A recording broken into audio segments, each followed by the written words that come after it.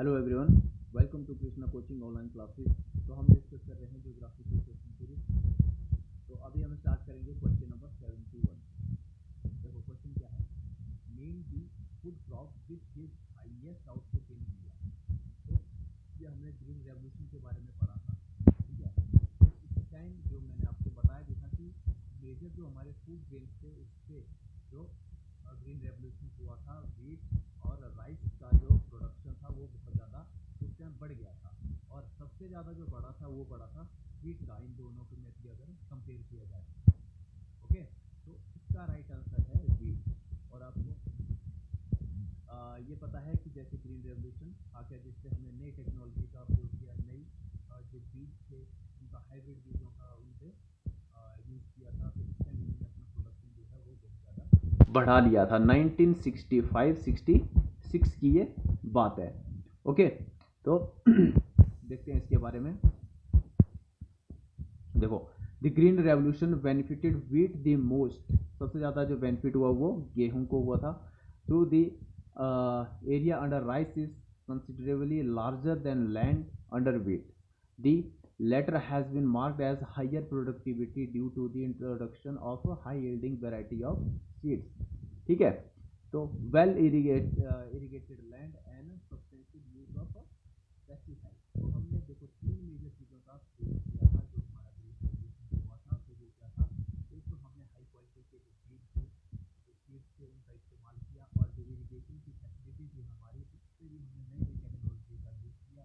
और थर्ड जो था फर्टिलाइजर का हमने यूज़ किया। ठीक है, तो इससे हमारी जो प्रोडक्टिविटी थी वो बहुत ज़्यादा हाई रही थी। और गेहूँ के मामले में हमने बहुत ज़्यादा इसकी प्रोडक्शन किया था, गेहूँ और राइस का दोनों को कंपेयर किया जाए तो गेहूँ में सबसे ज़्यादा वृद्धि हुई। ठीक है, तो नेक्स्ट क्वेश्चन को देखते हैं। Which crop which occupies maximum cultivated area in India? तो सबसे ज़्यादा आप ऐसे पता लगा सकते हो कि देखो वीट जो होता है वो मैक्सिमम जो है नॉर्थ इंडिया में होता है। ओके, और जो राइस है वो नॉर्थ इंडिया से, साउथ इंडिया से, नॉर्थ ईस्ट इंडिया तक सारे खाया जाता है। तो सबसे ज़्यादा जो क्रॉप उगाई जाती है वो है राइस। इसमें सबसे ज़्यादा मैक्सिमम कल्टिवेटेड एरिया में ऑक्यूपाई कर रखा है। तो हम हर जगह पे राइस आपको देखने को मिलेंगे। देखो, India has the biggest area under rice cultivation as it is one of the principal food crops. India is also one of the world's largest producer of white rice, accounting for 20% of the world rice production। ठीक है, तो सबसे ज़्यादा वैसे भी rice का जो production होता है वो चाइना होता है, और उसके बाद जो होता है वो इंडिया में होता है। ठीक है, तो ये आपने याद रखना है। नेक्स्ट क्वेश्चन चलते हैं। How many agroclimatic zones are there in India as far as the official categorization of the Ministry of Agriculture in the concern? तो कितने एग्रोक्लाइमेट जोन इंडिया में है, वो है ऑप्शन नंबर 2, 126। ठीक है, तो ये भी आपने याद रखना है कितने जोन है। देखो, India has been divided into 15 different agroclimatic zone by the Planning Commission of India। लेकिन प्लानिंग कमीशन ऑफ इंडिया अब नहीं है, इसकी जगह क्या है, NITI Aayog. which are further divided into more homogeneous 72 subzones, however under the National Agriculture Research Project, ठीक है, implemented with World Bank funding, the entire country was divided into 126 agroclimatic zone, each consisting of several districts है। ठीक है, in each of zone a research station was established under the specific SAU to carry out apply to advance research relevant to detail। ठीक है, तो पहले ये एक और एग्रोक्लाइमेटिक जोन में बंटे, उसके बाद फिर छोटे जोनों में बंटे, और उसके बाद फिर ये डिस्ट्रिक्ट में जोन है। तो जो कि कितने जोन है, 126 पूरे जोन है। तो आपने ऐसे भी याद रखना कि कितने जोनों में इनको बांटा गया है। नेक्स्ट क्वेश्चन क्या हो, the most important element of weather affecting agriculture in India. तो इस इसको आप खुद भी आंसर लगा सकते हो कि कौन सा जो मोस्ट इफेक्टिव जो है कंडीशन होती है वेदर की, वो सबसे ज़्यादा अफेक्ट करती है एग्रीकल्चर को इंडिया की। तो टेम्परेचर, टेम्परेचर तो करेगा नहीं क्योंकि हर साल जो है टेम्परेचर एक सा ही रहता है, थोड़ा बहुत आगे पीछे बढ़ेगा।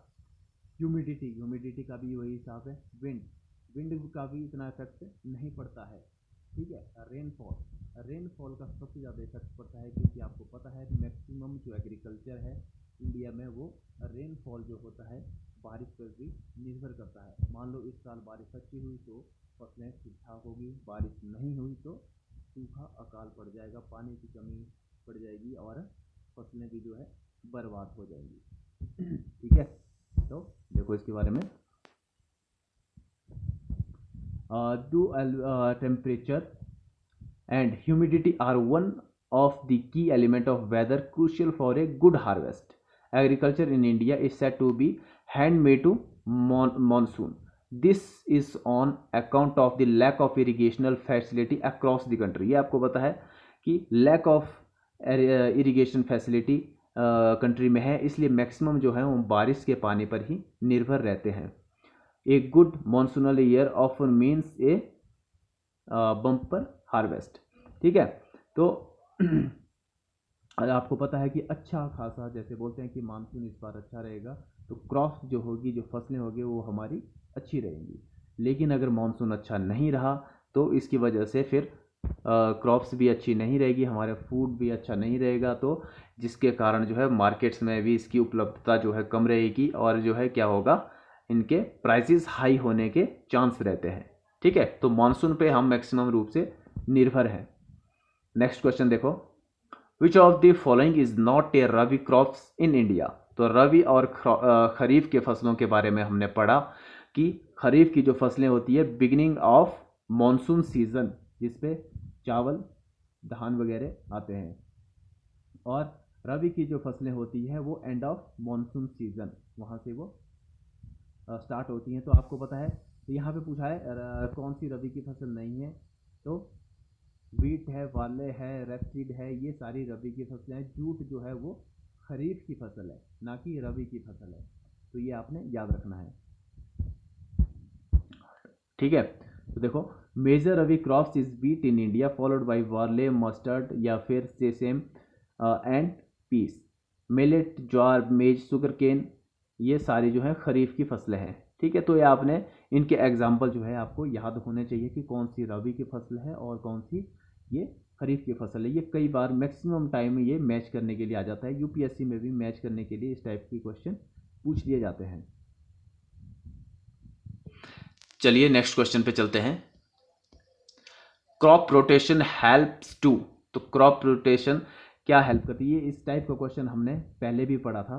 ठीक है, तो क्रॉप रोटेशन होना बहुत ही ज़रूरी है हमारी जो सॉइल की फर्टिलिटी को बनाए रखने के लिए, सॉइल की उर्वरकता को मेंटेन रखने के लिए क्रॉप को रोटेशन करना, रोटेट करना हमें बहुत ज़रूरी है। तो क्रॉप रोटेशन क्या करने में हेल्प करता है, eliminate parasites which have selective holds. Option number 2 इसका राइट आंसर है। ओके, तो देखो इसके बारे में, the growing of different kind of crops on a piece of land in a pre-planned succession in known as crop rotation. ठीक है, in the rotation of crops, leguminous crops like pulses, beans, peas, groundnut and Bengal gram are shown in between the season of creed sorry crops like wheat, maize and for millet.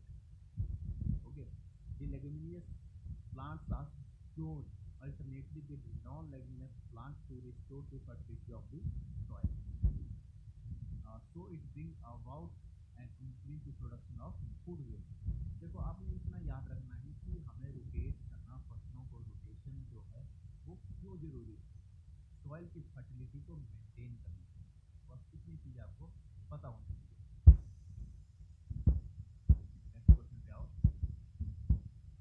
State is rich in jute. Jute के मामले में कौन सा state है rich है, कहाँ पे maximum जो है जूट होता है, तो वेस्ट बंगाल, तमिलनाडु, केरला या फिर उड़ीसा। तो right answer is West Bengal. West Bengal में सबसे ज्यादा जूट होता है। Jute is one of most important natural fibre after cotton in term of cultivation and usages. ठीक है, तो ये कौन सी देखे तो ये खरीफ की फसल में आता है। Cultivation is dependent on the climate season and soil. Almost 85% of the world jute cultivation is concentrated in the Ganga delta. Ganga delta आपको पता है, गंगा का जो डेल्टा है वो वेस्ट बंगाल और बांग्लादेश यहाँ पे ये आता है। This fertilized geographical region is shared by the both Bangladesh and India. ठीक है, West Bengal occupies foremost place both in respect of area 73% and production 82.26% of food in the country. ठीक है, here the crop is grown throughout the state except in hilly region of the north and the plateau area of the west. तो आप इसमें याद रखना कि jute जो है मैक्सिमम जो है गंगा ब्रह्मपुत्रा का जो डेल्टा है उस इलाके में सबसे ज़्यादा होता है, और इंडिया में जो होता है वो वेस्ट बंगाल में मैक्सिमम होता है। नेक्स्ट जाओ, which state is called the rice bowl of India? Andhra Pradesh, Tamil Nadu, Kerala या फिर Karnataka. Right answer is Andhra. क्या बोला जाता है इसको? Rice bowl of India. Rice bowl of world कौन सा है? Vietnam. Sugar bowl of world वो है क्यूबा। ओके, तो ये आपने याद रखना। Andhra Pradesh is historically called the rice bowl of India. More than 77% of its crop is rice. ठीक है, 77% से 70% जो है वो क्रॉप जो है वो राइस ही है Andhra Pradesh. Four important rivers of India the Godavari, Krishna, Penna and Tungabhadra flows through the state providing irrigation. ठीक है, तो आपने ये नदियों के बारे में भी आपको पता होना चाहिए कि कौन कौन सी नदियाँ जो है वो आंध्र प्रदेश से होके बहती हैं। तुंगभद्रा जो रिवर है ये इम्पोर्टेंट रिवर है। ठीक है, यहाँ पे तो मैंने आपको लास्ट वीडियो में भी बताया था तुंगभद्रा के बारे में। जो विजयनगर साम्राज्य था, जो डायनेस्टी थी विजयनगर, ठीक है, उसकी राजधानी कहाँ पे थी? वो तुंगभद्रा रिवर के किनारे थी। Okay,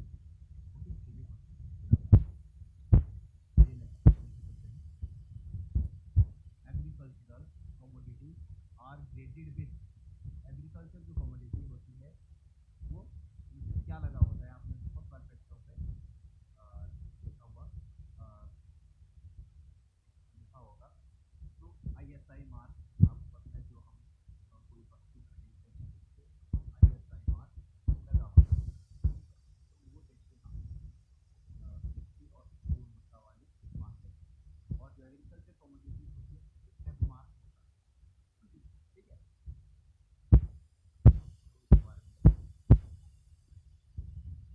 at mark is a certification mark employed on agricultural products in India. Actually, that they conform to exact standards approved by the Directorate of Marketing and Inspection, an agency of the Government of India. ठीक है, the AgMark is legally enforced in India by Agricultural Produce Trading and Marketing Act of 1937 और amendment हुआ था कब? जो हुआ था 1986 में, इसको अमेंडमेंट किया गया था।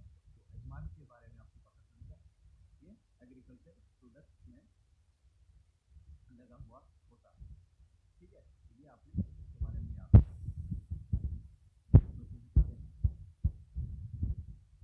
क्रॉप सोन soon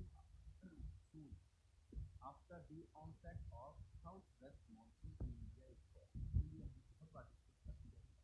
ठीक है, तो साउथ वेस्ट मानसून जो होती है इस टाइम स्टार्टिंग में या बिगिनिंग ऑफ मानसून जो होती है, आपको पता है कौन सी उस टाइम फसल हम बोते हैं। तो इसका राइट आंसर क्या है? इसका राइट आंसर है मतलब जो मानसून है साउथ वेस्ट मानसून से हमारे यहाँ पे बारिश होती है, ये आपको पता है। और इसके बिगिनिंग ऑफ सीजन में ही हम जो है फसल बोते हैं, उसका क्या बोलते हैं, और रबी की जो फसल है एंड ऑफ मानसून सीजन, ये आपने याद दोनों के बीच में या फिर नॉर्थ इंडिया में मार्च के आसपास, मार्च अप्रैल में एक चाय की फसलें जो होती है, चाय की फसलें होती है, जैसे खीरा हो गया, ककड़ी हो गया, तरबूज हो गया, ये चाय की फसलें होती है। ओके, जैसे इसके बारे में kharif crop refer to planting, cultivation and harvesting on any domesticated plants grown in the rainy season of the Asian subcontinent. Okay, such crops are planted for economic harvest, पतझड़ने को harvest किया जाता है, and may also be called in summer or monsoon of Indian Pakistan. Kharif crops are usually from the beginning of first